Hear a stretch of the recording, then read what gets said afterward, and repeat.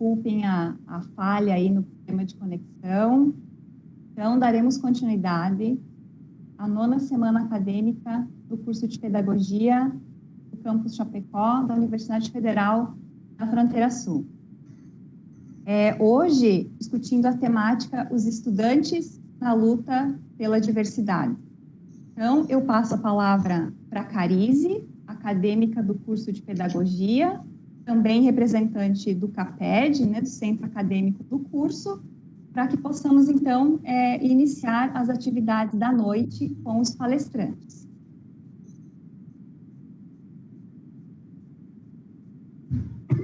Boa noite, vocês me ouvem? Sim. Tá. Então, primeiro eu queria agradecer as nossas convidadas pela disponibilidade e a todos os participantes que estão nos acompanhando por aqui, fazer o reforço para quem quiser nos acompanhar pelo YouTube também. E agora eu vou apresentar as nossas convidadas. Então, hoje a gente vai ter a Yara Campolim, que ela é acadêmica do curso de Pedagogia da UNO Chapecó. Teremos a Jéssica Fernanda Dias Vieira, que ela é acadêmica do curso de Letras da Universidade Federal da Fronteira Sul. Teremos Felipe Brum, que é acadêmico do curso de Letras da Universidade Federal da Fronteira Sul e atualmente é secretário-geral da UNA LGBT de Chapecó e drag queen. Também teremos a Tainara Aparecida Ferreira da Silva, que é acadêmica de História da Universidade Federal da Fronteira Sul, e a Gabriela Cima, que é acadêmica de Pedagogia da Universidade Federal da Fronteira Sul. A gente vai começar e eu vou passando a palavra para cada uma, pode ser assim? Eu queria ver a Yara tá aí, né? Se a Yara pode começar, pode ser, Yara? Pode ser. Estão me escutando? Estão me escutando bem? Sim, Yara. Uhum. Tá, beleza. Então, eu sou Yara Campolim, né? Sou caigangue, moro na terra indígena Todo Ximbangue, né? E sou acadêmica de pedagogia, né? Como já foi falado, pela UNO Chapecó, né? Nós, como indígena, né? Estar inserido numa universidade comunitária é algo muito desafiador, sabe? Pois aqui no sul do país, infelizmente, existe muito preconceito, né? Pois estamos num espaço em que o processo de colonização foi extremamente pesado. E pelo fato de estarmos no meio acadêmico, existe um julgamento do porquê o indígena estar numa universidade. Em pleno século XXI, se escuta muito isso, né? Uma parcela da sociedade não indígena acha que o índio é aquele que cultua somente as práticas do passado. Estão me escutando? Posso continuar? Sim, pode sim. Obrigada. E estamos nesse mundo do universo do conhecimento científico, porque vivemos em um mundo que faz com que seja necessário, porque se não sermos sujeitos do visto, vivendo em um tempo passado, mas lhe dou a certeza que existe ainda muito, posso lhe dar certeza que existe muito julgamento de incapacidade de nós indígenas, né, do que os outros pensam. Temos muitos programas que nos dão a possibilidade de acesso e que é o mesmo que qualquer outro que sonha, né, em estar numa universidade, mas nossa permanência é difícil, pois temos uma cultura de a proximidade com os nossos filhos, né, com os pais, né, com os avós, e muitas vezes não conseguimos nos separar dessa parte, que é a nossa carne, né, E a universidade não nos permite estar levando para a sala, né, de aula nossos pequenos. E isso muitas vezes faz com que muitos de nós, mulheres indígenas, desista desse bem necessário que é o conhecimento científico, né? Na vida de nós, mulheres indígenas, é muito recente, né? E desvencilhar do mundo da aldeia, acredito eu, né? De certa forma cultural e machista que nós mulheres entramos para o mundo acadêmico. Entramos depois, né, dos homens indígenas. Mas hoje estamos conquistando o espaço e mostrando para as comunidades a necessidade de termos vozes ativas e temos apoio das lideranças e comunidade para que possamos buscar a formação para poder auxiliar nossas comunidades na melhoria de muitas situações de vida, né? Por exemplo, na saúde, na educação. Vejo que ainda falta aceitação da sociedade não indígena, né?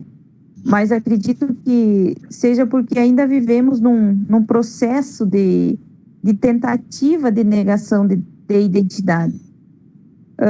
Pois parece que se nós buscar formação acadêmica, na cabeça de muitos, deixamos de ser índio. Não entendem que a cultura é dinâmica e muda o tempo todo, né? E nós também passamos por um grande processo, né, de mudança forçada, né, vamos dizer assim, mas foi uma mudança, né? Ainda é difícil me sentir parte da universidade, pois ainda vemos os olhares, sei lá, né, de desprezo, preconceito, pouco caso e aceitação de muitas na universidade, né? Na verdade, temos muitos professores também, né, que conhecem e respeitam, né, nossa cultura, nossa forma de viver, de ver o mundo e assumem uma certa afinidade com o nosso jeito de ser, viver, né? E defendem os nossos projetos de formação indígena como é necessária. Permanecer na universidade é um grande desafio, pois vivemos fora do espaço urbano e o nosso acesso ao mundo tecnológico para pesquisa é ainda um problema muito grande. Nem todos conseguem manter uma linha de acesso à internet. E isso é um motivo que faz com que muitos desistam também, né? Não completem a formação acadêmica, né? E porque nós temos uma cultura muito diferente, né? Como eu já falei, né? Queria agradecer, né, por ter me convidado, né? E falar um pouco de nós indígenas, né? Sobre a diversidade, como é. Então, esse foi um pouco do que eu sinto, né? Quando eu entrei na universidade. E é isso. Muito obrigada.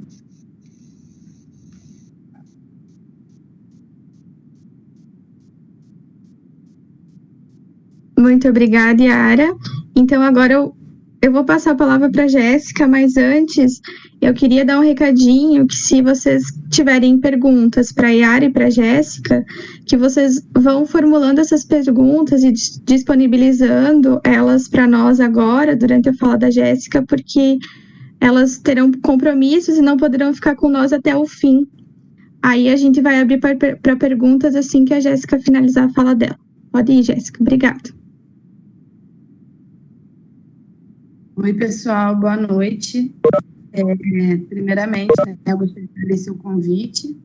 Eu sou a Jéssica, sou acadêmica da terceira fase de letras. Sou também coordenadora geral do Centro Acadêmico de Letras e fui convidada para estar aqui hoje contribuindo realizando uma fala a respeito da vivência e da importância, né, dos estudantes na luta estudantil, e eu gostaria muito de trazer uma visão interseccional para esse debate, uma visão que busca entender melhor a individualidade e os marcadores sociais de cada um dos acadêmicos, né? Porque antes de sermos acadêmicos, nós tivemos um ponto de partida, e a interseccionalidade ela nasce, né, dentro dessa necessidade de entender quais os pontos que nos marcam socialmente, como eles influenciam na nossa adequação social, né? Esse termo ele nasceu dentro ali de 1980, de um debate acadêmico de uma professora. Eu vou precisar desligar aqui a minha câmera, porque a minha conexão está um pouco lenta. Depois eu tento ligar de novo. Né? Então, esse termo ele nasce dentro do ambiente acadêmico, de uma professora de direito, que é a Kimberly Crenshaw, é uma feminista negra, que vem desenvolvendo, né, esse conceito aí, que tem sido muito falado nas últimas décadas. Então, ele nasce dentro dessa análise, onde a Kimberly ela encontra um caso, a Kimberly, professora de direito, ela encontra um caso de uma mulher negra que busca processar, né, uma empresa alegando, né, discriminação racial e de gênero, mas infelizmente ela tem a sua petição negada porque o caso foi isolado de duas formas isoladas diferentes, ou era de gênero ou era de raça, e a gente precisa entender que essas opressões e esses marcadores, eles se sobrepõem, e dentro do meio acadêmico não é diferente, né? Assim como é importante a gente entender a nossa etnia, a nossa raça, o nosso gênero, a nossa sexualidade, para entender que lugar dentro de toda essa peneira social a gente vai ocupar e o que a gente deve fazer, né, a partir dessa demarcação. Inclusive para poder entender também que dentro das organizações, movimentos e segmentos sociais, a gente tem também uma sobreposição de privilégios, né? Também de opressão, porque o opressor, infelizmente, ele também pode oprimir, e se a gente não entende isso, a gente não consegue evoluir enquanto pensadores, enquanto a busca por uma justiça social, na verdade, né? Então, enquanto acadêmica, enquanto mulher negra, é importante trazer essa perspectiva para também preservar, né, dentro desse conceito, né, aplicando esse conceito, a nossa individualidade, e como a gente pode usar a nossa individualidade dentro e fora da academia para contribuir. Não adianta, né, somos todas mulheres, mas dentro dessa frase, somos todas mulheres, mas somos mulheres brancas, somos mulheres negras e trans, somos mulheres negras e lésbicas. É um termo que ele cresceu muito nessa busca por respostas que o feminismo branco não conseguia responder, né? Nessa busca por soluções que o feminismo branco não conseguia trazer. Então, é importante a gente ver por essa ótica para entender de que forma que a gente vai se organizar. Inclusive, para se organizar de uma forma mais sincera diante das opressões e também de toda essa corrida que a gente vive, né? Para entender o ponto de partida de cada um, né? Assim como eu dei o exemplo, também tem outros exemplos. Eu sou uma mulher negra sudestina, é bem diferente de uma mulher negra nordestina, de uma mulher negra que é colona e que ingressa na academia, e como a academia, como o espaço acadêmico vai olhar para essas diferentes realidades. Eu acho que a pergunta principal é se o espaço acadêmico está preparado para poder olhar de maneira plural para a realidade dos diversos acadêmicos que estão ocupando esse espaço, né? Então, a minha participação hoje, ela vem muito nessa perspectiva, nesse anseio de e levantar questões que são necessárias, principalmente no momento presente que a gente vive hoje, que é um momento bem delicado, né, esse contexto pandêmico, que também tem deixado muito claro a forma como essas sobreposições, elas interferem na nossa vida, né? Felizmente, isso já acontecia antes, essa evasão estudantil, mas hoje ela tem acontecido muito mais e a gente precisa fazer alguma coisa para mudar. E como a gente vai fazer? A gente está preparado para fazer, né? Eu vou deixar de novo a pergunta, será que o espaço acadêmico ele está aqui calçado o suficiente para poder olhar de maneira plural para cada um de nós? E assim, essas perguntas são no intuito de evoluir, né? As perguntas, elas são necessárias por isso, porque se a gente não se questiona, se a gente não olha, né, para o problema não existe, consequentemente não existe solução. Então, essa foi uma introdução, né, sobre o que eu posso estar falando hoje. Eu agradeço a oportunidade e também vou deixar um e-mail disponível. Eu não vou conseguir ficar até o final, e até peço desculpa por isso. Vou ficar mais um pouco, mas também vou deixar meu e-mail disponível caso alguém queira aprofundar o debate. Tá certo? Eu estou à disposição. Obrigada pela oportunidade, viu? Obrigada, meninas. Obrigada, Jéssica e Yara. Eu tenho uma pergunta para fazer para vocês, no seguinte sentido. Penso que a Jéssica colocou muito bem, né, essa questão, o papel da universidade na discussão da diversidade, mas, assim, na visão de vocês, que medida, quais os espaços, quais as ações que a gente pode construir, que a universidade precisa construir para favorecer ou para se tornar, né, um espaço que, de fato, valoriza a diversidade. Porque a universidade é um espaço também de disputa, né? Disputa de poder, né? E, então, que ações, que atitudes, né, a instituição, universidade, ela poderia construir espaços para que a gente pudesse ter, de fato, uma valorização dessa diversidade tão rica, né, dessa pluralidade tão rica, e aqui, em especial, a Universidade Federal da Fronteira Sul, né, que tem em toda a sua trajetória histórica, a documentada, né, a valorização dessa diversidade. Então, de uma forma bem praticamente, né, seria um projeto de pesquisa, que espaços, como que a instituição poderia fortalecer a implementação desses espaços que, de fato, fosse, né, de fato, um espaço de valorização e fortalecimento da diversidade. Olha, eu peguei um pouco uma parte da tua pergunta, né, porque caiu a minha internet aqui, minha conexão. Mas pelo que eu escutei um pouquinho, que eu entendi sobre a pergunta, é que nesse espaço onde, como eu falei, né, para os indígenas você tem que ter alguém que atenda especificamente a eles, né? Como eu vou falar mais da Universidade de Chapecó, da Chapecó, né, onde eu tô. Pessoal do apoio que está nessa sala, por favor, verificar a imagem das intérpretes está cortando no YouTube. Né?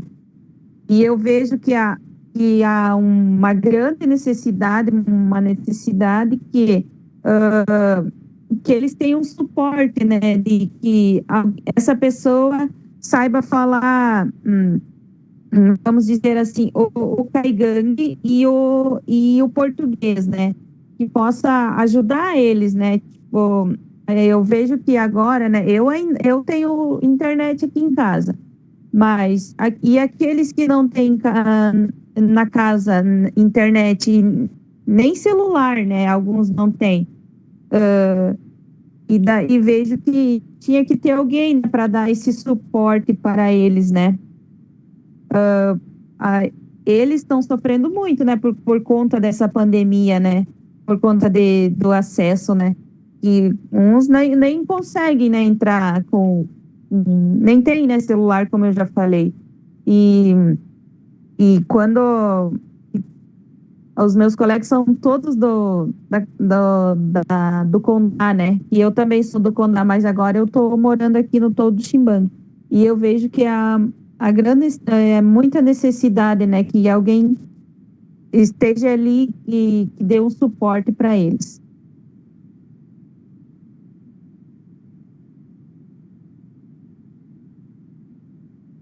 Oi, eu posso falar também? Eu não sei se com a palavra. Consegue me ouvir?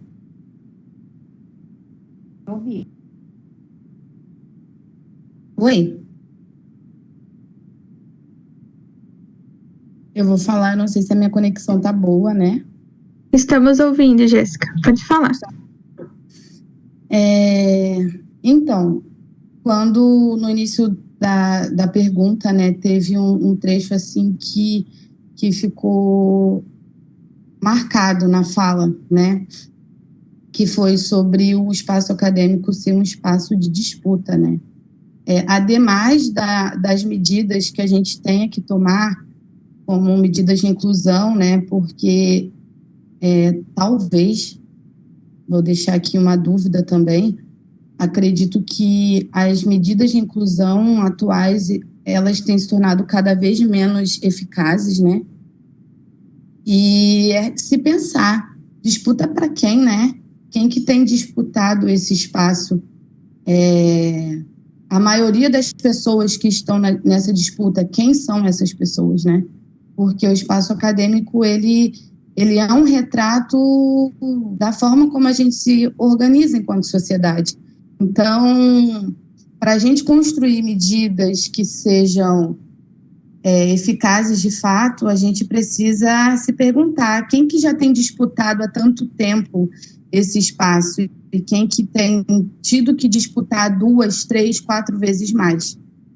Então, além também, né, desse espaço, a exemplo disso, a gente tem essa roda de conversa de hoje, que é um exemplo de questionamento, de espaço de questionamento necessário para que a gente consiga, ou pelo menos que a gente comece a construir, de fato, uma nova realidade para esse espaço acadêmico que é tão necessário, né? E que mesmo não da maneira totalmente adequada, porque a desigualdade social e racial também se reflete aqui dentro, também é um espaço que proporciona muita oportunidade, né? Eu acho que eu respondi a pergunta, se não tiver respondido, pode perguntar de novo que eu tento responder de novo. Sim, Jéssica, eu tenho uma questão aqui no chat da Patrícia. Ela escreve o seguinte: gostaria de questionar respectivamente sobre possibilidades quanto atitudes que possam ser tomadas em relação a construir possibilidades de integração nessas diferenças. Então, não sei se a Yara gostaria de comentar ou se a Jéssica. Ficou clara a questão?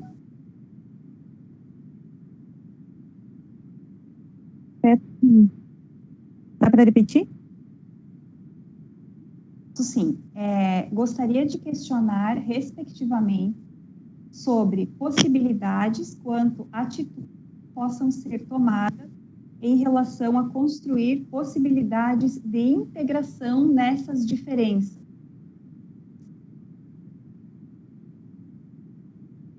Olha, eu vou falar assim, ó. Nós como indígenas, né? A nossa turma tem 50 acadêmicos, né? Mas eu vejo que licenciatura caigangue, né? E eu vejo que não podia existir, vamos dizer assim, não é que não podia existir essas 50 vagas, né? Porque podiam encaixar, como é que eu vou dizer, numa pedagogia normal, né? Vamos se dizer assim, né? Porque eu acho que ali já começa, né, como é que vamos dizer assim, o preconceito, né? Quando se forma uma turma só de indígenas, ainda mais na no Chapecó, né? Podia encaixar eles numa turma normal, né? Porque eu também faço educação física, né, numa instituição privada. Eu vejo que sei lá, acho que também é por medo desse preconceito aí, né? Porque eu quando tem trabalhos assim, né, na universidade, eu sou uma que fico sozinha, né, lá no canto, né, para ver se alguém me chama. Mas vejo que poderiam começar ali, né, para começar a integrar, né? Eu sei lá, não sei se eu consegui responder a pergunta, né? Mas eu acho que é por essa visão, né?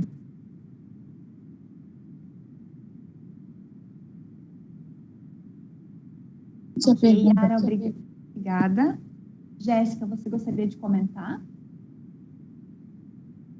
Perdão, acho que eu cortei a fala, né? Cortou.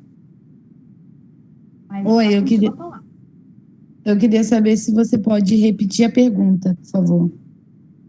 Posso. Gostaria de questionar, respectivamente, sobre possibilidades quanto atitudes possam ser tomadas em relação a construir possibilidades de integração dessas diferenças. Eu não sei se está questionando, está colocando possibilidades de integração dentro da universidade, de como integrar essas diferenças, ou também no âmbito geral, né? Mas trata da questão, assim, como construir, né, ações de integração dessas diferenças. Ações de integração. Como eu falei nas falas iniciais, ações pontuais são muito importantes, né? Só que ações sociais, assistenciais, são ações que vão lidar com o problema no momento necessário. Mas acredito que a gente precise repensar ações que possam erradicar a falta da integração, né? Ações que possam proporcionar um espaço maior para pessoas que estão nesses grupos majoritariamente excluídos, né? Que têm que lutar e se desdobrar 2, 3 vezes mais para estar no espaço. É uma questão estrutural, mas em quesito de ação social, como eu falei, esse espaço é um espaço que está proporcionando, né, o contato de uma cultura ou de uma realidade diferente para pessoas que não a vivem. Esse é um exemplo de uma ação. Outras ações também, como o ProHaiti, são muito importantes, muito necessárias. E ações semelhantes também seriam muito bem-vindas para agir de forma assistencial em cima dessas faltas que a gente tem.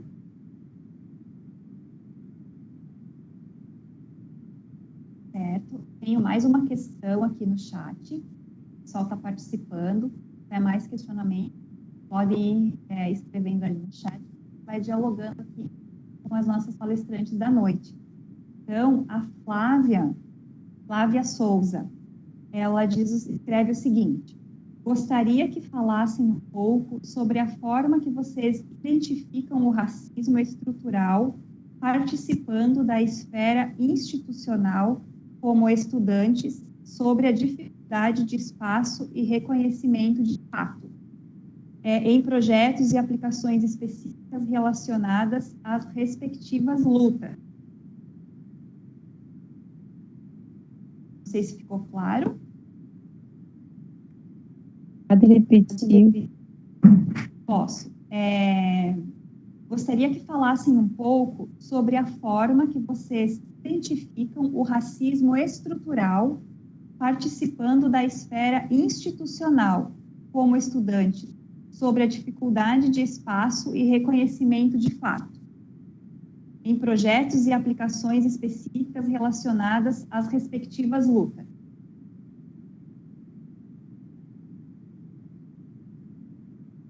Olha, como eu já falei antes, né, que a gente, para se sentir, como é que eu vou dizer, à vontade naquele espaço, numa universidade, vamos dizer assim,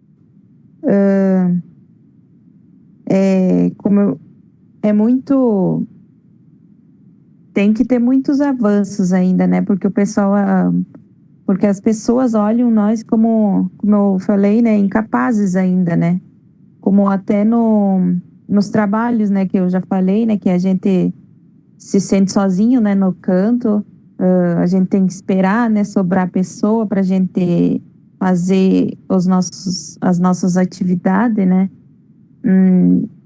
Eu penso que poderia começar por ali, né, sei lá, e fazer outras pessoas conhecerem a nossa realidade, né, para depois, né, falar de nós, né, ou pensar, né, tem que conhecer a nossa realidade. O questionamento é bem nesse sentido, né, como que vocês identificam, né, esse reconhecimento de fato da diversidade, no reconhecimento de espaço.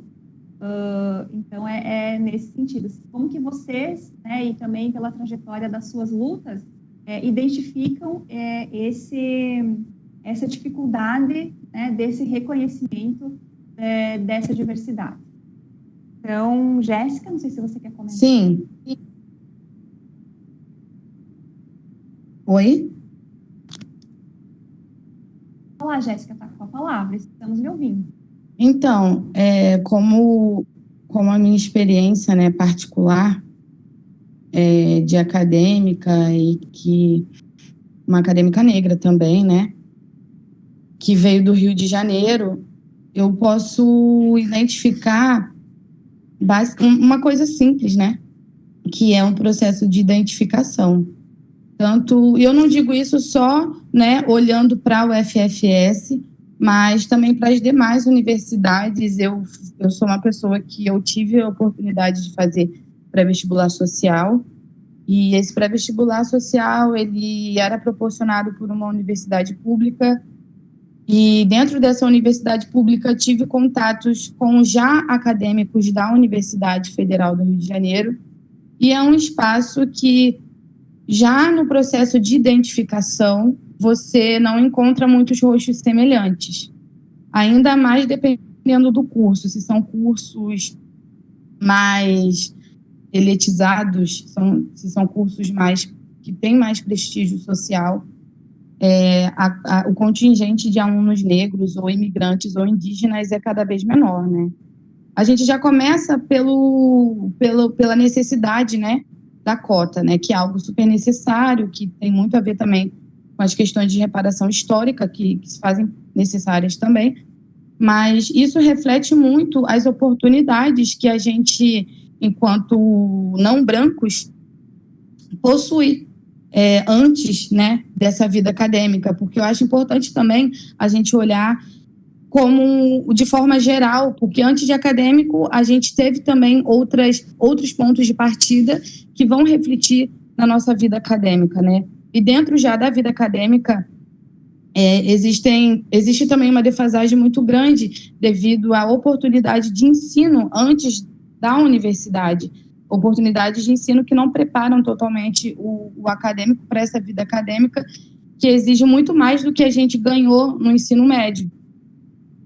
Esse é um exemplo.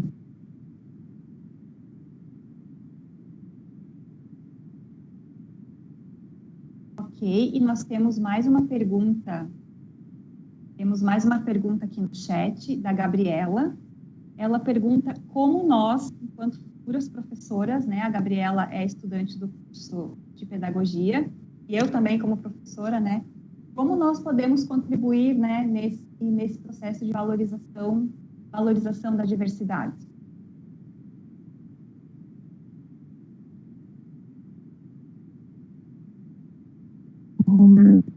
Como eu falei, né, na fala anterior, para ajudar, você tem que conhecer a história, né, para depois falar, né, para depois, como é que vamos dizer assim, para depois você saber o que falar, né, quando os outros falam que o indígena é assim, né. Então, primeiramente, você tem que conhecer a história, né, do indígena.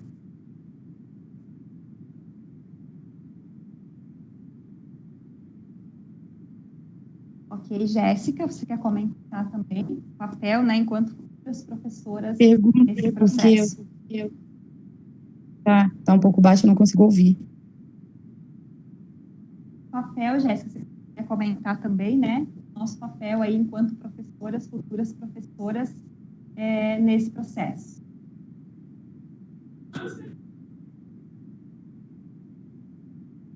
Eu não consigo ouvir, tá muito baixo para mim o áudio.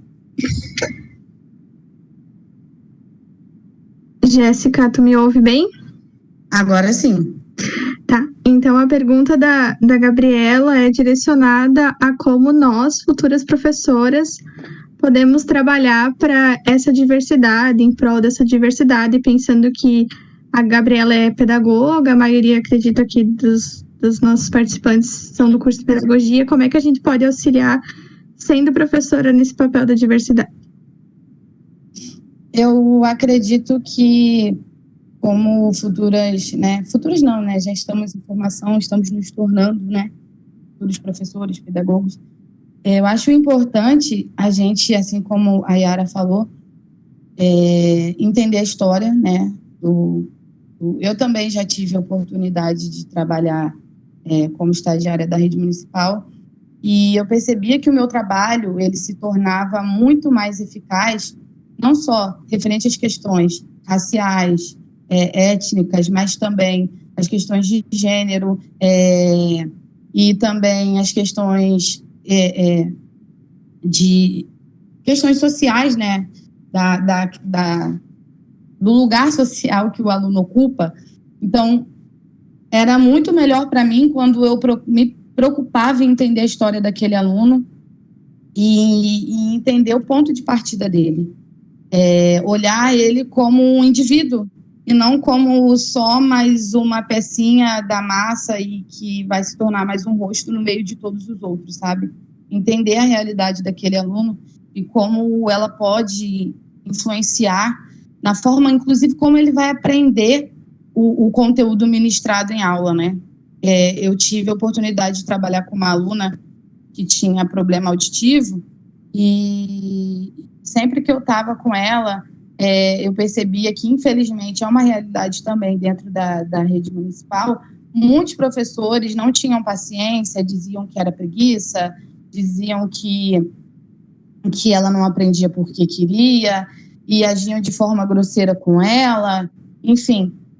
E quando eu trouxe uma nova abordagem diferente dessa que ela estava acostumada, ela conseguiu evoluir. Ela conseguiu colocar para fora aquele conteúdo que ela já vinha, mesmo que a trancos e barrancos, incorporando, né, no intelecto dela. Então, abordagens que possam olhar mais para o aluno com um olhar de indivíduo, não só como mais um rostinho no meio daquela máquina gigante que vai fazer pessoas que só vão contribuir para a massa, né?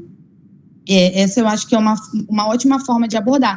Isso pode se aplicar também, eu também tive, né, pode se aplicar também quando se diz respeito a questões raciais. Eu tive a oportunidade de trabalhar numa outra escola também, tudo isso como estagiária, e infelizmente eu também encontrava uma grande falta de respeito relacionado aos alunos imigrantes, principalmente haitianos, onde os professores eram extremamente racistas e falavam de coisas extremamente racistas e tratavam os pais dos alunos de uma forma extremamente racista. Então, eu acho que começa daí, né? É você saber, principalmente, que o racismo, ele está muito presente. Então, se você já sabe que esse problema existe, você já consegue olhar para ele e buscar formas de solucionar. Não tinham paciência para lidar com os pais, não tinham paciência para entender que aquela pessoa não nasceu naquele lugar e estava aprendendo a se adaptar, a uma nova forma de se comunicar, a uma nova forma de linguagem, a uma nova cultura, a uma nova forma de se conectar com as outras pessoas. Então, eu acho que é ter um olhar mais humano também, né? É uma questão que ultrapassa as barreiras acadêmicas, é ter um olhar mais humano para entender principalmente entender também que, além de muito opressor, o racismo é crime, né? Então, eu acho que esse pode ser um bom lembrete para as pessoas aprenderem a lidar com essa situação. Mas, enquanto profissionais da área da educação, eu acho que essa pode ser uma ótima abordagem.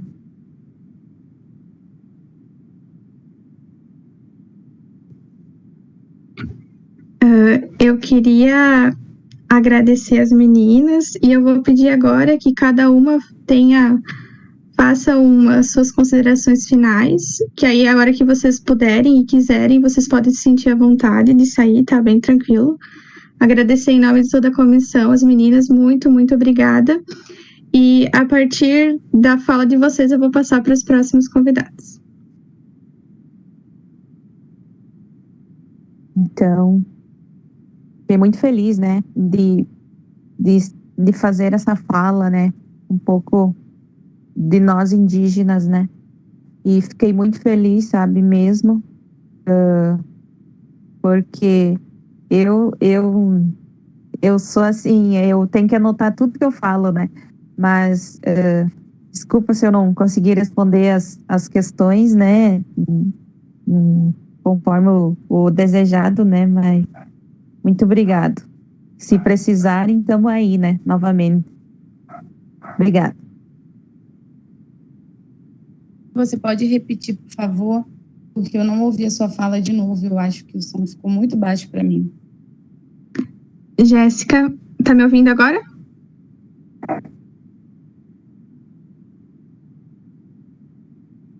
Jéssica, me ouve? Escuto bem longe, dá para falar, eu escuto. Tá. Eu vou pedir para que você faça suas considerações finais, que aí assim que você precisar e quiser sair, você pode se sentir à vontade, tá? E agradeço muito por você ter aceitado participar. As falas de vocês estão contribuindo muito para nós, então muito, muito obrigada. Eu que agradeço, né? Peço desculpas por não conseguir ficar até o final do debate. Vou deixar o meu e-mail ali no chat do YouTube e também aqui da reunião. Quem quiser estar entrando em contato para trocar uma ideia, trocar referências, textos, artigos, para a gente evoluir junto, estamos aí. E se precisar novamente, só entrar em contato. E é isso, obrigada.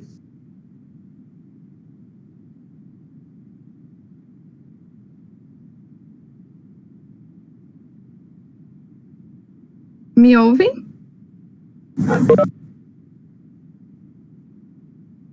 Tá. Muito obrigada mais uma vez, meninas. E agora eu passo a palavra para o Felipe, pode ser?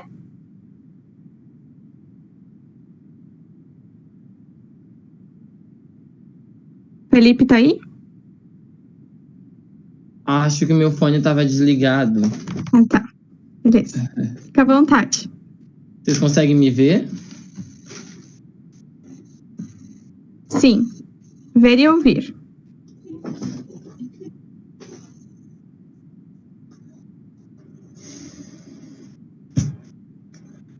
Então, eu gostaria de saber quanto tempo, do tempo que vocês têm, vocês tiram para pensar em pessoas que são diferentes de vocês.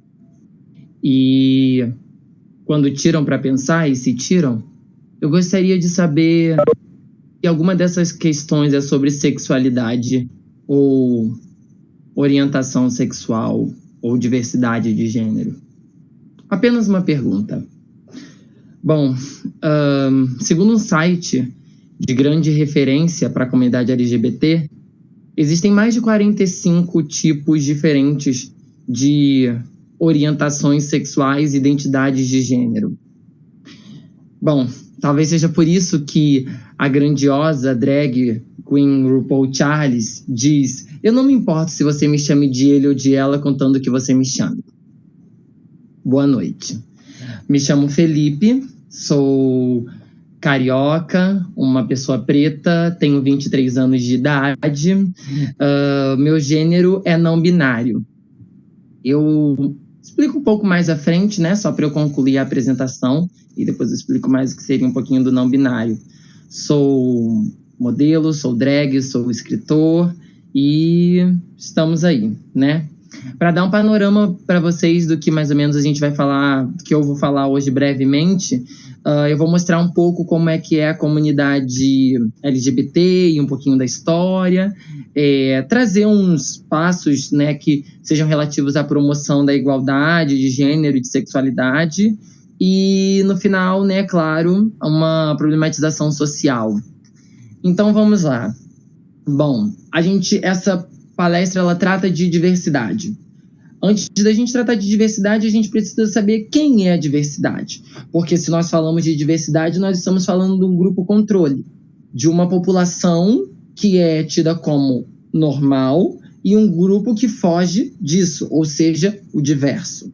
Bom, para entender quem é o padrão seria o masculino, o branco, o hétero e o cis.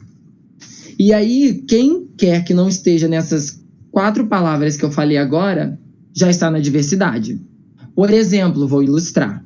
Se você é uma mulher à frente de um time de futebol, você já é a diversidade. Se você é uma pessoa preta no mundo da moda, você já é a diversidade. Se você é um LGBT no meio da sua família, você já é a diversidade. E se você é trans no meio de uma população toda que é cis, né? Cis são as pessoas que nasceram e se identificam junto com o sexo biológico delas, você já é a diversidade. Então a gente já entendeu que a diversidade é o diferente.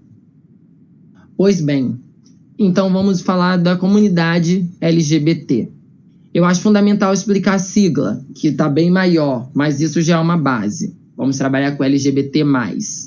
L de lésbicas, G de gays, B de bissexuais e T de transexuais e travestis. O mais, dentro desse mais, é um termo guarda-chuva que abarca várias denominações. O andrógeno, o queer, o assexual, a drag queen, tudo isso dentro do mais. Mas o LGBT já é uma boa base para a gente começar. Onde começou tudo isso? Isso tudo começou no Stonewall. Stonewall foi o nome de um marco que aconteceu numa boate chamada Stonewall Inn, que era conhecida por receber o público LGBT nos anos 60, fim dos anos 60. Numa noite, a polícia resolveu fazer mais uma batida policial lá, né? E nessa noite, uma transexual profissional do sexo, preta, drag queen, chamada Marsha P. Johnson, disse que aquilo não ia continuar. Quando uma lésbica foi colocada dentro de um caminhão, ela literalmente atirou uma pedra contra uma viatura e começou a revolução de Stonewall, dando origem a tudo que a gente tem hoje. Foram 4 dias de luta e resistência, luta física contra policiais que batiam na comunidade LGBT. E depois de 4 dias, a comunidade LGBT venceu e fez a primeira marcha LGBT pelas ruas do bairro onde aconteceu.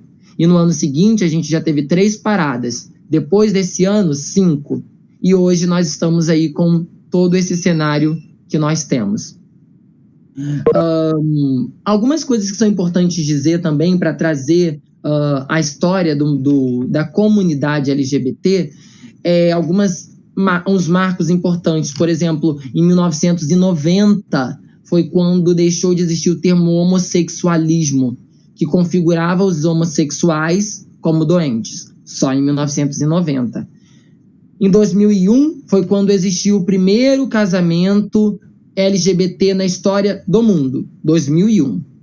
2011, união estável no Brasil, ou seja, 10 anos depois do primeiro casamento.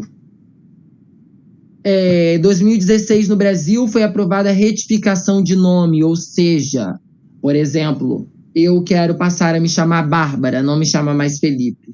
Só em 2016 eu pude fazer isso aqui no Brasil. Em 2019, o STF aprovou a LGBTfobia como crime, equiparado ao crime de racismo. Em 2019 também caiu o CID-10. Apenas em 2019 caiu o CID-10. CID é o código que a Organização Mundial da Saúde usa para doenças. Código Internacional de Doença, CID. O CID-10 falava sobre transexualidade. Apenas em 2019 deixou de ser doença. Em 2020, finalmente o STF liberou a doação de sangue para pessoas LGBTs.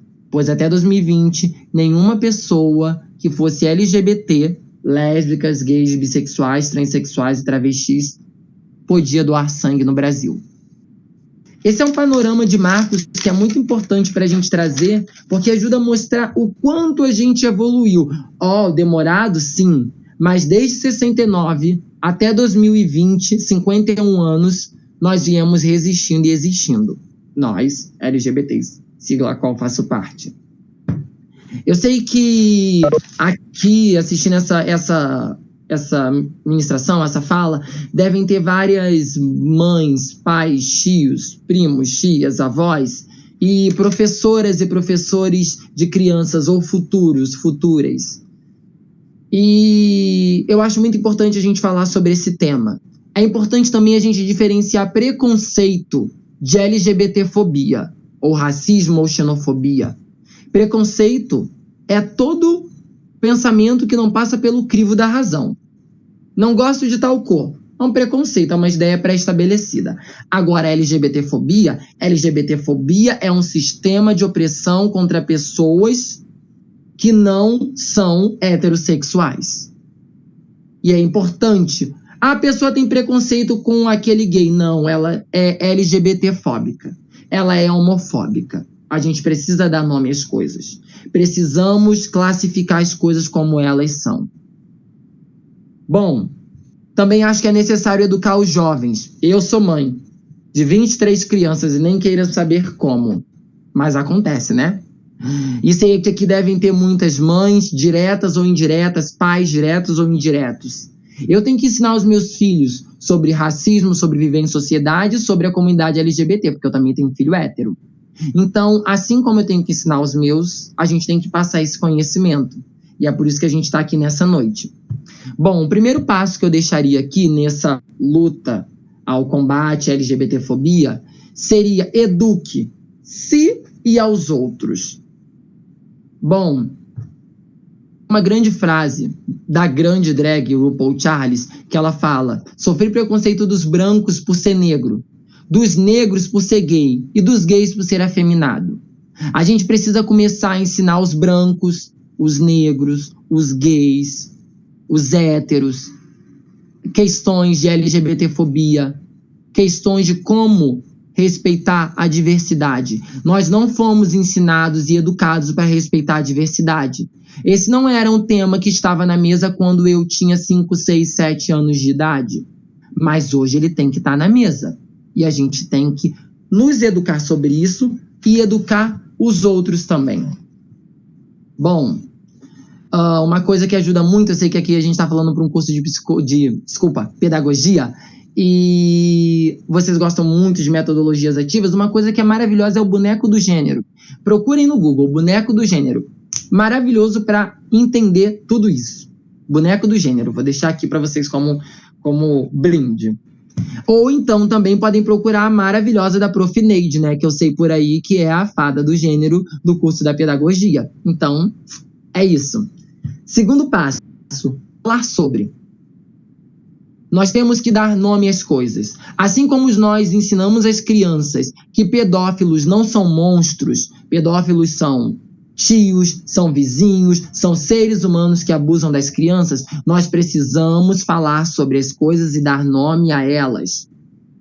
Quando a gente queria mulher dirigindo em 1960, nós falamos sobre isso. Quando nós queríamos mulheres votando em 1950, nós falamos sobre isso.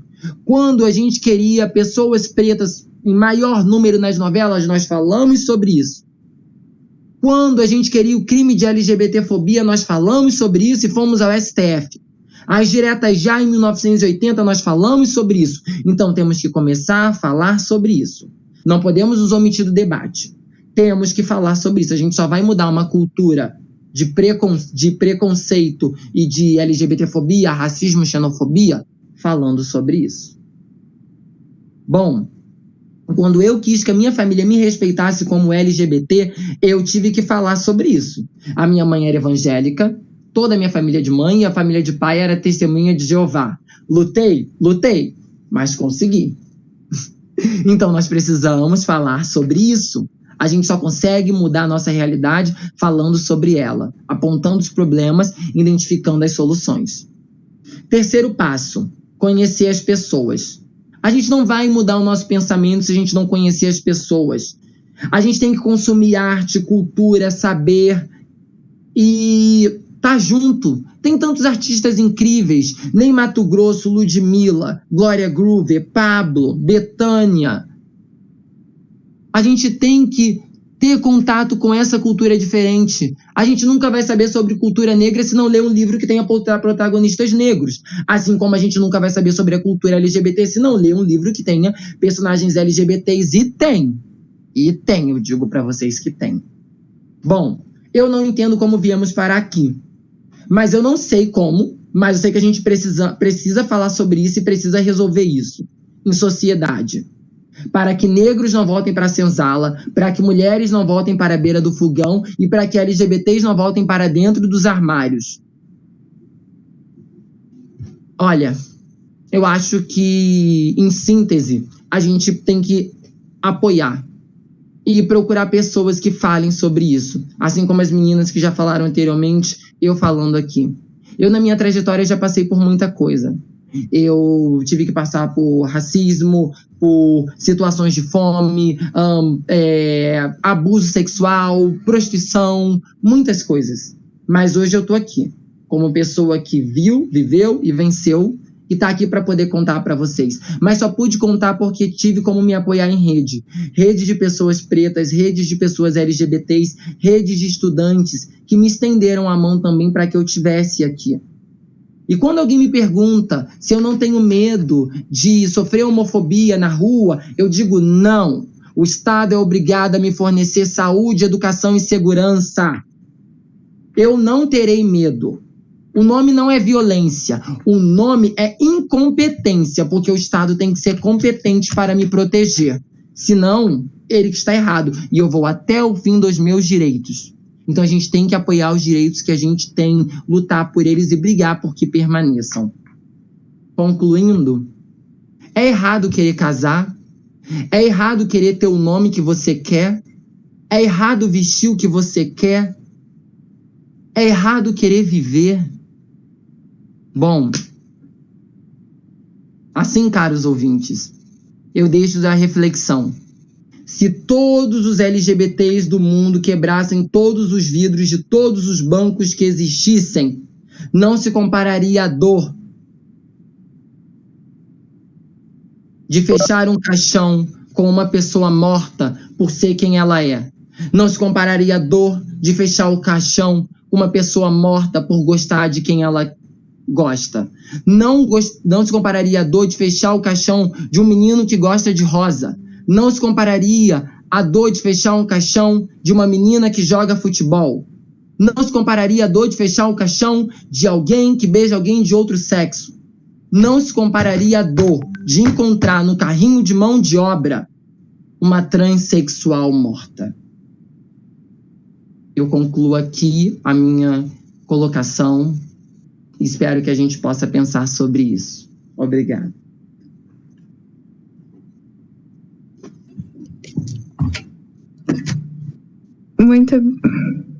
Muito obrigada, Felipe. Agora eu passo a palavra para a Tainara.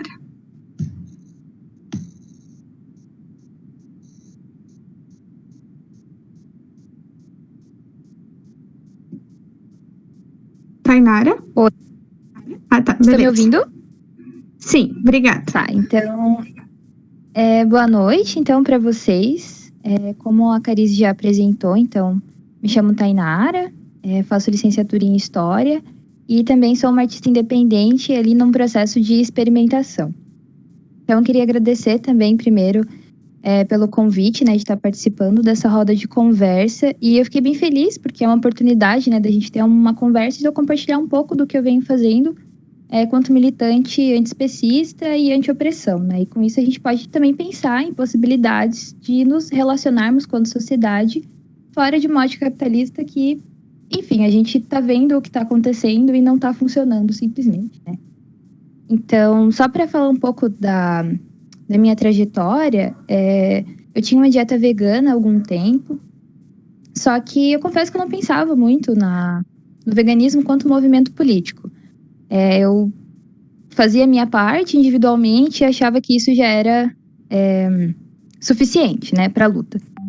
E então, até no início do ano passado, eu acabei entrando em contato, né, com algumas pessoas que falavam sobre um veganismo de base popular. E era uma coisa que eu nunca tinha ouvido falar, e eu fiquei bem interessada, principalmente porque já estava inserido dentro de uma cena anarquista que eu também fazia parte. Então, eu comecei a perceber essas diferenças, né, desse veganismo popular e dessas práticas que eu tinha antes, que eu achava que eram veganas, né. Então, esse veganismo, entre aspas, que eu tinha anteriormente, né, antes de pensar o veganismo de base popular, é o que a gente pode chamar de veganismo liberal ou veganismo de mercado. E esse veganismo liberal de mercado, infelizmente, ele foi o que se popularizou aqui no Brasil, principalmente porque uma classe média alta começou a tratar esse movimento como uma dieta, né? Então, houve um esvaziamento político do que seria o veganismo, né? Tirando o seu teor político e revolucionário. Porque o veganismo, ele tem que ser compreendido por essa ótica, né? Quanto movimento político social. Então, não é sobre uma dieta individual, né, ou sobre um bem-estar individual. O veganismo, ele é pensar em ação direta contra o boicote a essas empresas e essas indústrias que financiam não só a exploração de animais, mas também a exploração de humanos, né? Então, não tem como a gente pensar, por exemplo, em um veganismo que não seja anticapitalista. Não tem como a gente pensar em um veganismo que ele não seja abolicionista, né, e que não compreenda que as opressões que os animais humanos, né, que nós sofremos, e as opressões que os animais não humanos sofrem são interdependentes. E por que essas opressões, né, tanto as humanas quanto as não humanas, elas são interdependentes? Porque elas têm a mesma origem sistêmica, que é o sistema capitalista. Então, um veganismo popular, né, quanto movimento político e social, que é esse a base do veganismo, né? A gente precisa direcionar a nossa atuação nessa conscientização e no fim do sistema capitalista. Então, por isso que eu percebo muito, né, quando as pessoas começam a pensar no veganismo, a gente não pode cair nessa falácia individualista de, por exemplo, acreditar que o inimigo são as pessoas que consomem carne, né? Porque eu vejo muito as pessoas se tornam veganas e acabam atacando as pessoas que não são veganas, né, que consomem carne, porque acham que essas pessoas são o inimigo, assim, né? Só que, na verdade, não. O inimigo é o sistema, o inimigo é essas indústrias, né? São esse grande capital. Então, por isso que o veganismo popular, ele também precisa ser construído coletivamente, né? Até reiterando um pouco do que o Felipe tinha comentado, a gente precisa se unir coletivamente para fazer com que essas coisas mudem. Então, o veganismo popular, ele tem esse teor, ele tem que ser construído coletivamente, né?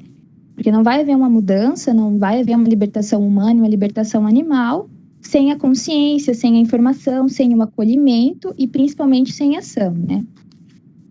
E conscientização é muito diferente de uma imposição, né? Então, eu sou vegana, não posso chegar em qualquer espaço e querer, tipo, vou veganizar as pessoas, né? Bem legal, uhul. Não é assim, sabe? Porque isso, além de ser antidemocrático, de ser uma imposição, ele é antipedagógico e reforça práticas colonialistas que nós estamos trabalhando para abolir, né, quanto luta anti-opressão. Então, é importante também mostrar que existem pessoas em diferentes espaços falando sobre veganismo, falando sobre antiespecismo, e não adianta a gente se utilizar do veganismo como uma roupagem para o nosso próprio ego, né? Não é porque a gente é vegano que a gente tem que tomar sempre o holofote para falar sobre a causa. Pelo contrário, a gente também tem que apoiar pessoas que estão em espaços diferentes, que estão falando sobre isso, né? Então, nas redes sociais, só para citar o exemplo, a gente tem uma série de perfis veganos que estão nos espaços mais diversos possíveis. A gente tem até o Vegano Periférico, que tem umas postagens interessantíssimas, assim, para se pensar essa perspectiva de base popular do veganismo. Então, a gente tem que divulgar essas pessoas e mostrar que essas pessoas existem, né? A gente não precisa falar por elas, né? A gente não pode assumir essa figura, né, do homem branco colonizador, de falar para essas pessoas e saber o que é melhor para elas. Pelo contrário, né? O veganismo popular também é veganismo uma base anticolonial, principalmente. Então, por isso que nós temos que criar as condições sociais e estruturais para que haja uma plena libertação humana e animal. Então, o veganismo e o antiespecismo, eles só serão possíveis, né, quando a gente tiver uma soberania alimentar, por exemplo. Né, quando a gente poder escolher sobre os nossos alimentos, né? E a gente possa escolher alimentos que não são, por exemplo, advindos, né, do agronegócio, que através da monocultura está promovendo a destruição desenfreada do planeta, né, que está praticando o genocídio dos povos originários, que também está provocando um nutricídio também com o uso gigantesco dos agrotóxicos, né? Então, a gente tem que criar as possibilidades para que a libertação humana e animal, ela seja possível também quando a gente lidar com questões como, por exemplo, o machismo, né?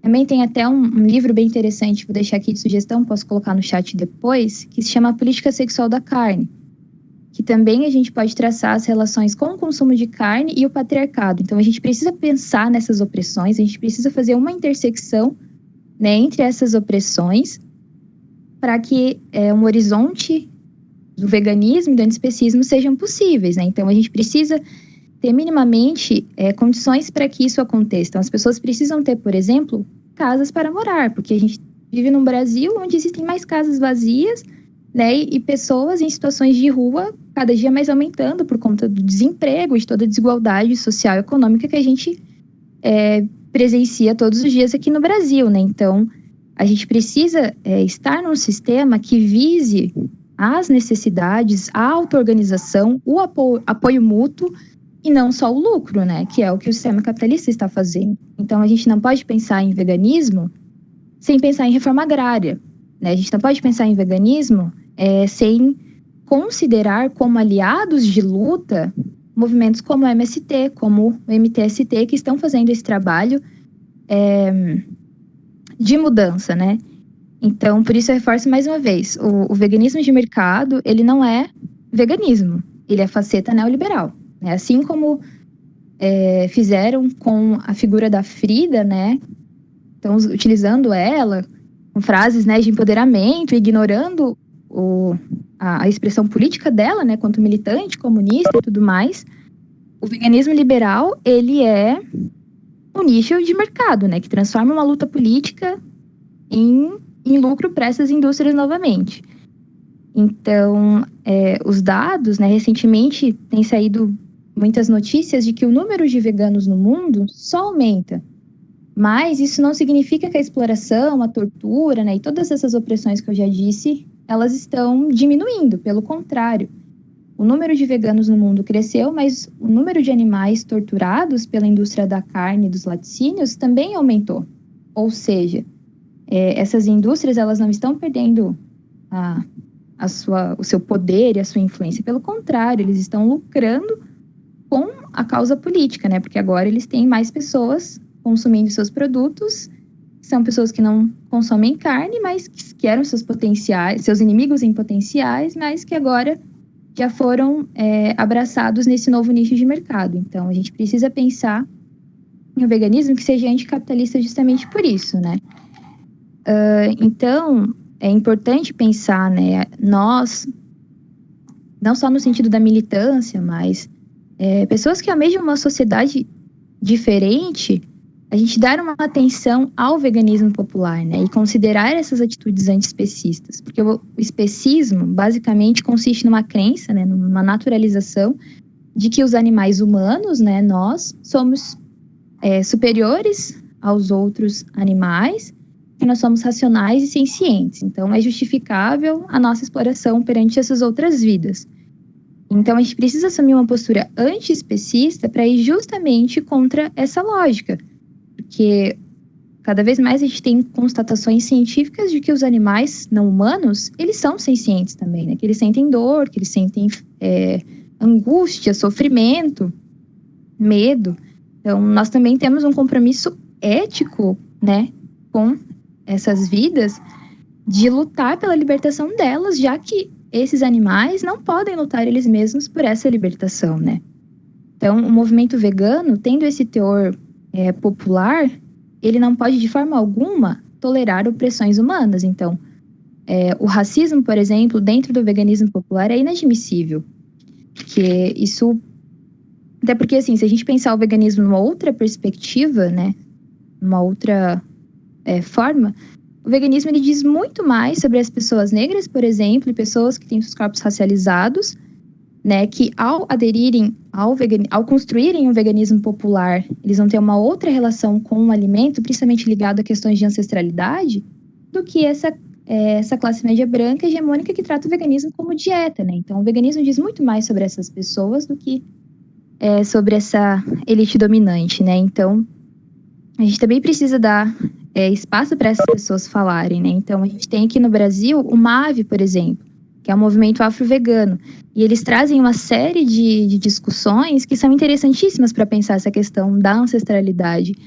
E não só isso, é discutido também uma série de questões sobre o genocídio da população preta e periférica através dos ultraprocessados e como isso é um genocídio tão velado e que está basicamente na nossa frente, assim. Então, a gente precisa entender essas pautas, interseccionar essas opressões e ter uma luta totalmente anti-opressão, porque a opressão animal ela é uma extensão das opressões humanas, né? Então, tem uma frase até que eu li hoje, eu achei bem interessante, que diz, né, que ainda imposta há de se rejeitar qualquer normalização de abuso, né? Então, se a gente almeja uma sociedade diferente, onde não haja essas opressões humanas, a gente também precisa refletir sobre as opressões dos animais não humanos, né? Então, o veganismo popular, ele é um caminho para essa mudança, assim, né?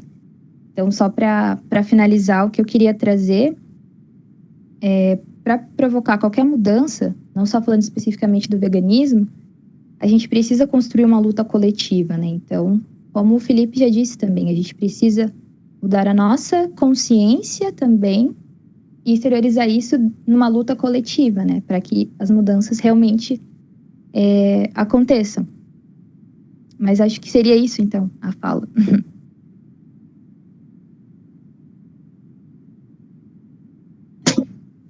Muito obrigada, Tainara. Agora eu passo a palavra para a Gabriela.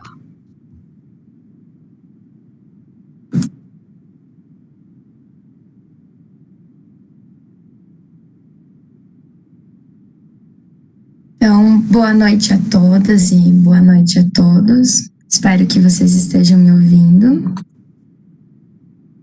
Eu quero iniciar trazendo um pouquinho da função, né, do CA, Centro Acadêmico, que é uma forma de organização estudantil. E no nosso curso, ele é composto, né, então, pelos estudantes de pedagogia.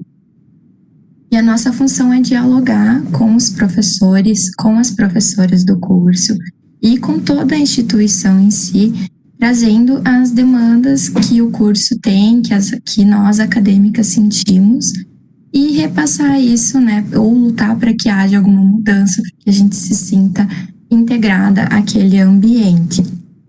E o Centro Acadêmico Marielas, a gestão 2019-2020, ele iniciou com uma inquietação em que um grupo de colegas veio até a mim e solicitou para que a gente realizasse, fizesse, construísse um conjunto de pessoas que pudessem estar presentes nesse momento e fazer uma chapa que fosse oposição ao momento que estava acontecendo, porque não estavam se sentindo representadas. E conversando com outras pessoas, muitas dessas mulheres que auxiliaram na construção da chapa Mariellas não estão na chapa por outros motivos, N motivos, mas auxiliaram na construção da chapa. A gente construiu, então, o Centro Mariellas. Tá indo e voltando, agora já tá menos pior. Talvez foi. Acho que abriu um áudio. Mas então, o nosso CA, ele teria encerrado a gestão agora no início do ano, em abril, e a gente prorrogou junto com as outras estudantes, a gente abriu uma enquete, conversou, né, sobre esse processo, se achariam melhor a gente ficar sem uma representação nesse momento, ou que a gestão Mariellas continuasse. E a gente e todo o conjunto de estudantes, né, de pedagogia decidiu que houvesse a continuidade da nossa chapa. E nesse momento também ingressaram mais 2 estudantes que solicitaram, né, com a nossa chamada para entrar no centro acadêmico. E a gente fica muito feliz com essa entrada também das meninas, porque elas estão nos auxiliando muito na gestão. E eu queria muito agradecer também as meninas do centro acadêmico, as professoras que estão nos auxiliando desde o ano passado a construir a semana acadêmica. E a gente tinha planos, né, para que ela fosse realizada no ano de 2019, mas como não foi possível, a gente está realizando essa semana acadêmica, mesmo em um contexto, né, como esse. É muito importante, ainda mais com os temas que a gente está trazendo. E dizer que o centro acadêmico também sempre está aberto ao diálogo, a gente sempre quer estar em contato com todas as estudantes possíveis e que a gente continue lutando e defendendo a nossa universidade, principalmente em tempos em que a gente recebe mais e mais notícias de cortes na educação, na saúde. E um pouco antes de entrar na live, eu vi uma notícia em que a gente recebeu, as universidades federais vão ter um corte de mais de 17% nos recursos nas universidades federais. Então, a gente realmente precisa dessas instituições, desses locais, para que a gente consiga se movimentar e lutar quanto estudantes, para que a gente tenha menos retrocessos do que já está tendo, né? Eu acho que a minha fala seria um pouco nesse sentido. E se alguém tiver alguma dúvida, estamos disponíveis. Obrigada. Enriquecer a fala de vocês, agradeço ao Felipe, a Tainara e a Gabriela. Eu tenho uma pergunta no chat, vou repassar aqui, a gente poder aquecer, né, o nosso diálogo. Falando que não pode ser ali no chat, né, que aí a gente enriquece o nosso debate da noite. Não consigo ouvir, por favor, avisar. Ela escreve o seguinte: quais meios nós, como acadêmicos, podemos ter para que essa diversidade seja compreendida e respeitada? Então, se vocês quiserem comentar, a palavra... As intérpretes não estão conseguindo ouvir, Kátia. Pode repetir, por favor? Aumentar o som do microfone?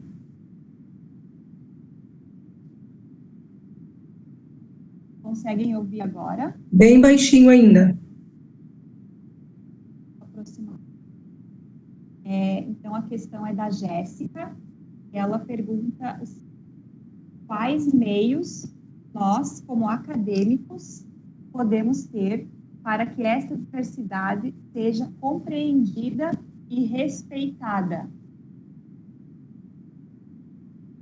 sei se os palestrantes conseguiram me ouvir.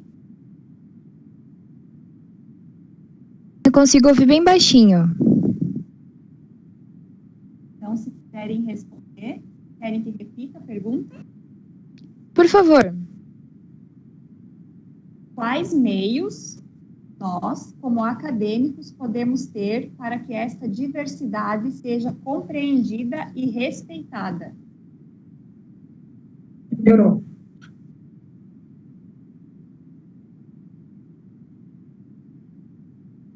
Eu acho que eu vou responder, então. Mas eu acho que, assim, quanto acadêmicos, o movimento que a gente pode fazer, assim, né, lembrando que dentro de uma instituição, né, então a gente tem uma série de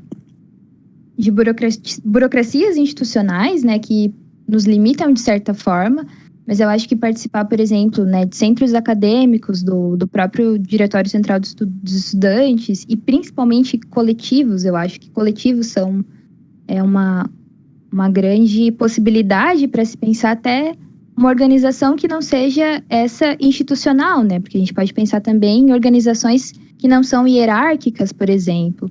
Então, eu acho que os coletivos, né, até esses movimentos, né, de rodas de conversa, onde a gente possa ter esses diálogos, acho que são possibilidades bem interessantes de nós, quanto acadêmicos, pensarmos essas diversidades, né? Então, acho que é bem nesse espaço de diálogo mesmo, né? De crítica, autocrítica e coisas assim.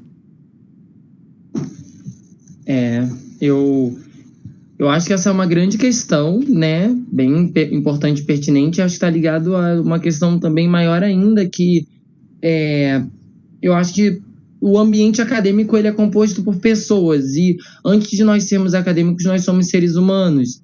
E, assim, a gente tem que tentar, eu acho que ao máximo, se educar para isso, porque a gente, às vezes, cai no discurso de falar, mas isso nem é uma coisa que parece humana. Só que a gente precisa entender que o humano também é composto de coisas ruins. Nós somos compostos por elementos bons e elementos ruins. Então, a gente tem que desconstruir essa parte negativa, essa parte que não é boa, e reconhecer. Por exemplo, com a questão da diversidade LGBT e quanto a isso, a gente precisa reconhecer que todos nós somos LGBT-fóbicos. Nós não fomos criados para entender a diversidade LGBT. Digo isso porque eu me coloco nessa posição. Então, se até eu que também sou LGBT-fóbico, que dirá as pessoas héteras? Eu acho que a gente tem que fazer esse reconhecimento de saber que talvez a gente não entenda sobre o veganismo, sobre a questão indígena, sobre a questão preta, sobre a questão LGBT, nos colocarmos, nos guiarmos até o banco dos réus, sentar e pensar o que eu posso fazer para aprender sobre isso. É ler, é ver um vídeo, é perguntar para quem sabe, e aí a gente ter essa atitude de ir atrás, porque a gente espera muitas vezes ter um momento, acontecer, a gente para diante da situação, mas eu acho que ir atrás e adquirir conhecimento para estar munido quando acontecer a situação é uma coisa que ajuda muito nesse embate.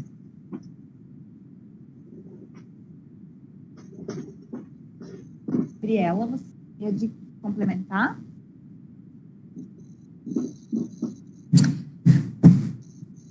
Eu concordo com a fala do Felipe e da Tainara. Eu acredito que a gente precisa, no primeiro momento, se conscientizar, né? A gente não transforma nada quando a gente não faz leitura sobre nós. Então, entender onde a gente está sendo racista, onde a gente está sendo homofóbico, onde a gente está sendo xenofóbico, é o início para uma transformação.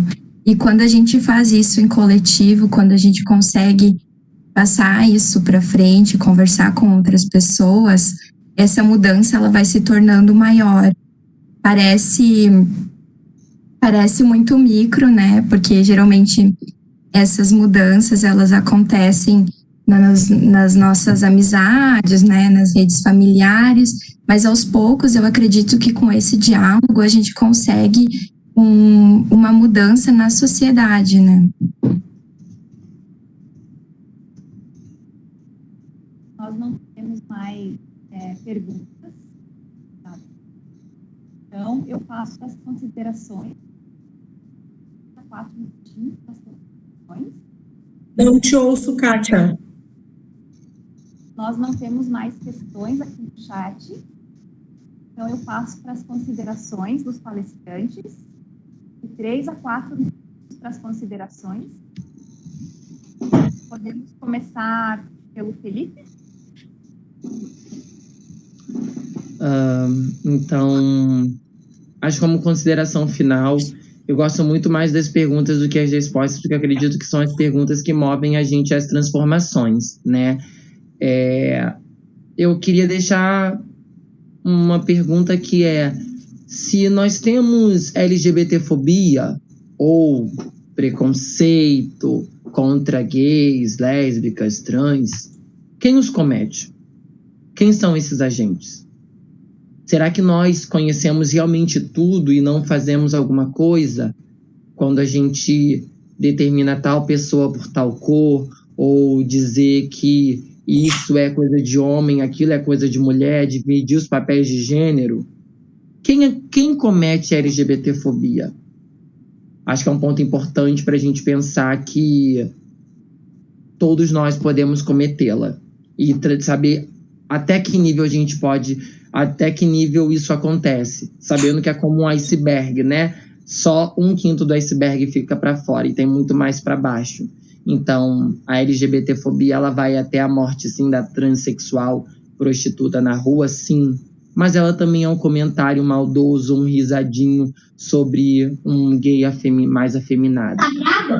Bom, eu agradeço o convite, a participação, toda a mesa que estive, as pessoas que organizaram o evento, as pessoas que estão assistindo, e acho que espaços como esse são fundamentais para a nossa ação e transformação, porque nós não nascemos dessa forma, nós nos mudamos, não vamos dormir os mesmos que éramos como acordamos, que dirá os mesmos que éramos quando nascemos. Então, eu agradeço muito a minha participação e deixo aqui que eu sou uma pessoa preta, de 23 anos de idade, carioca, LGBT, afeminada, drag queen, que as estatísticas dizem que o menino negro, principalmente gay, morre aos 18 anos. Então, eu já estou tendo o privilégio incrível de estar aqui falando isso para vocês, né? Precisou muitos ancestrais morrerem amarrados aos troncos, muitos ancestrais LGBTs morrerem de várias formas violentas para que eu pudesse estar aqui. Então, sou grato a esse momento e poder estar falando isso para vocês, e que a gente venha sempre a reconhecer o nosso espaço e quem nós somos nesse mundo. Obrigado, uma boa noite.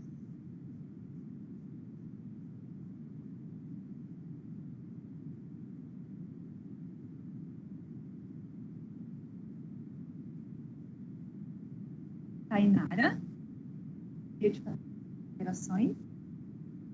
Sim. Então, eu queria ler só um trechinho de um livro bem interessante, que diz o seguinte: a revolução social é uma coleção de processos internos. A mudança social radical das condições objetivas do contexto em que vivemos pode acontecer tão somente como resultado de tal evolução. É um trecho desse livro aqui, não sei se vai parecer o contrário, mas se chama Veganarquismo, Libertação Animal e Revolução Social. Só para reiterar aquilo que já foi falado muito aqui, né? De que a luta precisa ser construída coletivamente, mas a gente também precisa começar essa revolução internamente. Então, é no processo de reflexão, na autocrítica, né? No reconhecimento. Tudo isso que a gente consegue mudar e pensar em outras possibilidades, né? Então, eu acho que nesse sentido, assim. Obrigada novamente também pelo convite de participar.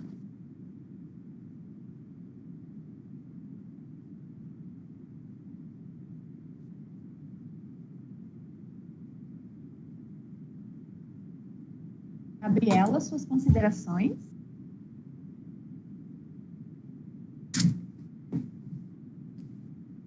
Então, quero agradecer a todas as mulheres que fizeram parte da organização da Semana Acadêmica e agradecer também a toda a mesa, a Yara, a Jéssica, o Felipe, a Tainara, por aceitarem a participar, pelas suas falas que foram muito enriquecedoras Foi maravilhoso ouvir vocês.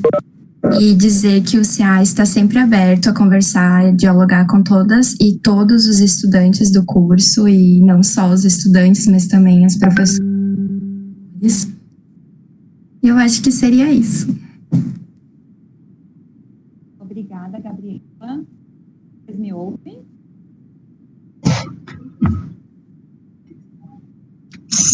Está baixinho. Tenta aproximar, professora.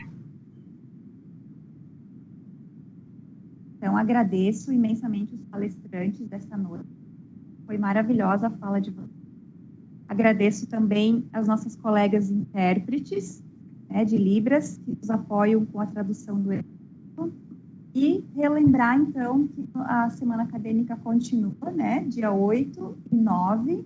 Então, na próxima semana, nós continuamos com o evento, a 9ª semana acadêmica do curso de Pedagogia. Então, meu muito obrigada a todos e todas que participaram aqui do evento. E eu passo a palavra, então, para minha colega que viu comigo a tarefa de condução da noite, a Carize. Boa noite a todos.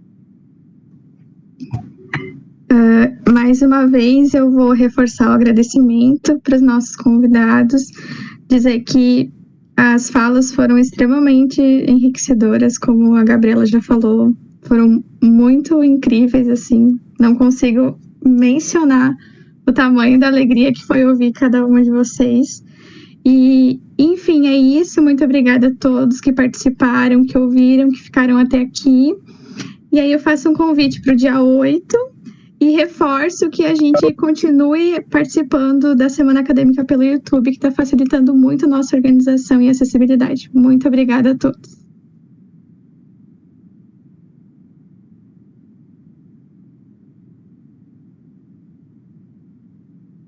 Elisa,